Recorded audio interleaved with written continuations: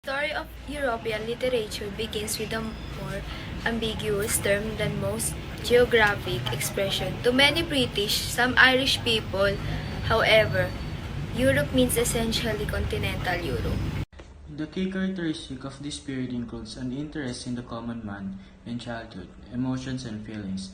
The awe of teenager emphasized on individual myths and the importance of the imagination. Philippine literature involves legend of ancient times and colonial legacy. It was written in both indigenous and Haptic dialects. The most notable writings of the Philippines was composed during the Spanish period, in the principal half of the 20th century in the Spanish language. Philippine literature is written in Spanish, English, Tagalog, and other local Philippine dialects.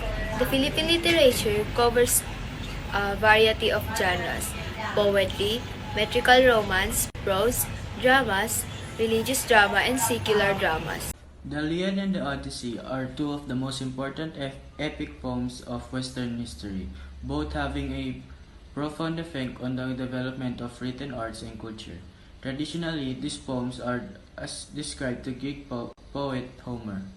All true, he may simply have written and shaped works which have been in the oral memory of his ancestors. That said, by writing them down in the manner he did, Homer earned a place as one of the Europe's greatest poets of the man we know little. A well-educated man from a wealthy family, Sophocles served several roles in Athenian society, including a role as a military commander. He also wrote plays entering and winning the drama element of the Dionysian festival possibly over 20 times, more than esteemed contemporaries. His field was tragedies, of which only 7 full-length pieces survive, including Oedipus the King, referenced by Freud when discovering the Oedipus complex.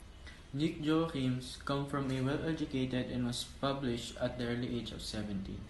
After he wins a scholarship in a nationwide essay contest, he left the Philippines to study in Hong Kong. His book, The Woman with Two Navels, and short stories May Day Eve are enjoyable to read if you are new to the Philippines. Dr. Rizal is the Philippine national hero. He is also prolific writer, poet, and essayist. The two novels he writes are Noli Me Tangere and El Filibusterismo, where he sharply revealed the injustices of Spanish colonization while he praises the Filipino. His final poem is Mi Ultimo Adios. There were times when the idea of a united Europe was a profound and emphatic concern of a great European writer, giving rise to an abundance of meaningful essays on Europe, novels.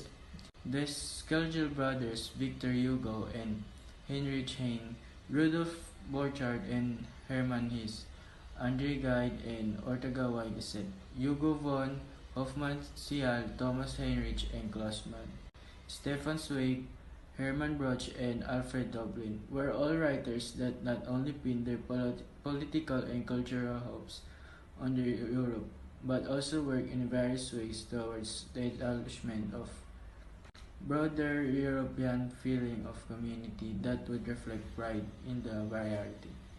In Philippine literature allows us to step back in time and learn about life to the people who walk before us.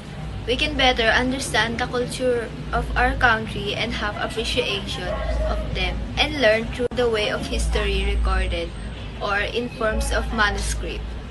Philippine literature gives us knowledge to know our country, culture, and traditions. It allows natives and foreigners to understand the Philippine history. There were times when the idea of a united Europe was a profound and emphatic concern of a great European writer, giving rise to an abundance of meaningful essays on Europe, novels.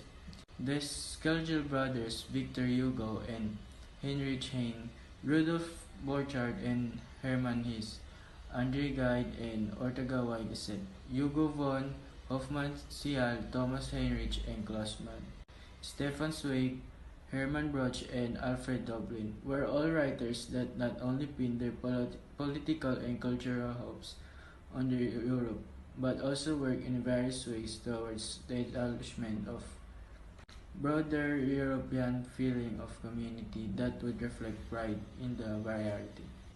In Philippine literature allows us to step back in time and learn about life to the people who walk before us. We can better understand the culture of our country and have appreciation of them and learn through the way of history recorded or in forms of manuscript. Philippine literature gives us knowledge to know our country, culture, and traditions. It allows natives and foreigners to understand the Philippine history. To the present day, this body of writing displays a unity in its main features that sets it apart from the literature of the rest of the world. The common literary heritage is essentially that originating in ancient Greece and Rome. It was preserved, transformed, and spread by Christianity, and thus transmitted to the vernacular language of the Europe continental. The Western Hemisphere and the other region were settled by Europeans. Europe is not the harmonization of our cultural patrimony, but the full recognition of its diversity. Most of the writers below are therefore not only important for their national audience, but they are also the greatest contributors to Europe's fame in the world. Most Filipino readers forgot the essence and purpose of Filipino literature. They forgot how literature shapes the nation's history. The manifestation of textual analysis on how to presence of sexual deviance and perversion on what bad stories affect the youth continues. Themes of most poems dealt with patience, regard for native culture, customs, and the beauties of nature and surroundings. During this period of new society, newspapers donned new forms. News on economic progress, discipline, culture, tourism, and the like were favored more than the sensational reporting of killings, rape, and robberies. Because of the impact of Spaniards on us, Filipino authors gained acquainted with literature from generation to generation, and it may still be used now. In terms of concepts, they are likely to be compared through the use of clothing and translation of Husserl's work which was written in Spanish. Thank you for watching.